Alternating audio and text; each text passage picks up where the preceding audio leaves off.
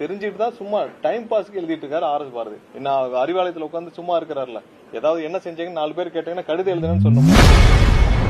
திமுக அமைப்பு செயலாளர் ஆர்.எஸ். பாரதி பேச்சிற்கு அமைச்சர் நிர்மல்குமார் பதிலடி கொடுத்துள்ளார். என்னன்னு தெரிஞ்சுக்கிறோம், பட் அவர் சொன்னதா இதாதான் இருக்கும்.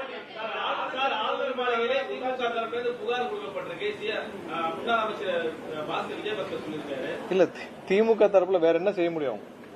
அவங்க இப்ப ஆளுநருக்கு கடிதம் எழுதுறாங்க, சிபிஐக்கு கடிதம் எழுதுறாங்க. ஏன் ஆர்எஸ் பாரதிக்கு தெரியாதா? சிபிஐக்கு கடிதம் எழுதுனா சிபிஐ விசாரிக்குமா?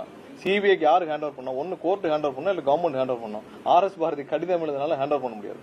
அது எப்படி ஹேண்டில் பண்ண தெரிஞ்சுட்டு தான் சும்மா டைம் பாஸ்க்கு எழுதிட்டு இருக்காரு ஆர்எஸ் பாரதி. என்ன அறிவாலயத்தில் உட்காந்து சும்மா இருக்கிறாருல, ஏதாவது என்ன செஞ்சீங்கன்னு 4 பேர் கேட்டீங்கன்னா கடிதம் எழுதுன்னு சொல்லணும்ல. சோ அது மாதிரி 4 பேர் இருக்கவங்களுக்கு போய் நம்ம தினமும் பெருசா ரெஸ்பாண்ட் பண்ண வேண்டாம்.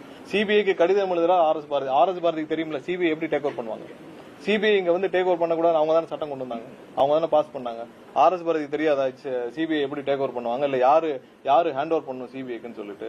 அப்புறம் சிபிஐ கடிதம் எழுதுறாரு, அந்த கடிதம் என்ன ஆகும்னு சிபிஐக்கு தெரியாதா? சோ அதனால இது மாதிரி ஒரு 4 பேர் இருக்காங்க அறிவாலயத்துல. சோ சும்மா இருக்கறனால ஏதாவது எழுதுவாங்க, அதை நம்ம பெருசா எடுத்துக்கவே வேண்டாம். இல்ல கவர்னர் என்ன செஞ்சிருவாரு? கவர்னர்கிட்ட போய் கொடுக்குறாங்க. கவர்னருக்கு எல்லாமே தெரியும்ல. இதே இதுல செந்தில் பாலாஜியும் அவர் சம்பந்தப்பட்ட ஆட்களும் பர்ச்சேஸ் பண்ண 8 பேர் அரெஸ்ட் பண்ணாங்களே, அது தெரியாதா இருக்கும்? சோ கண்டிப்பா இங்க என்ன நடக்குதுன்னு எல்லாருக்கும் தெரியும், மக்களுக்கு தெரியும், எல்லாருக்கும் தெரியும். யாரு பர்ச்சேஸ் பண்ண முயற்சி செஞ்சாங்க தெரியும். யாரு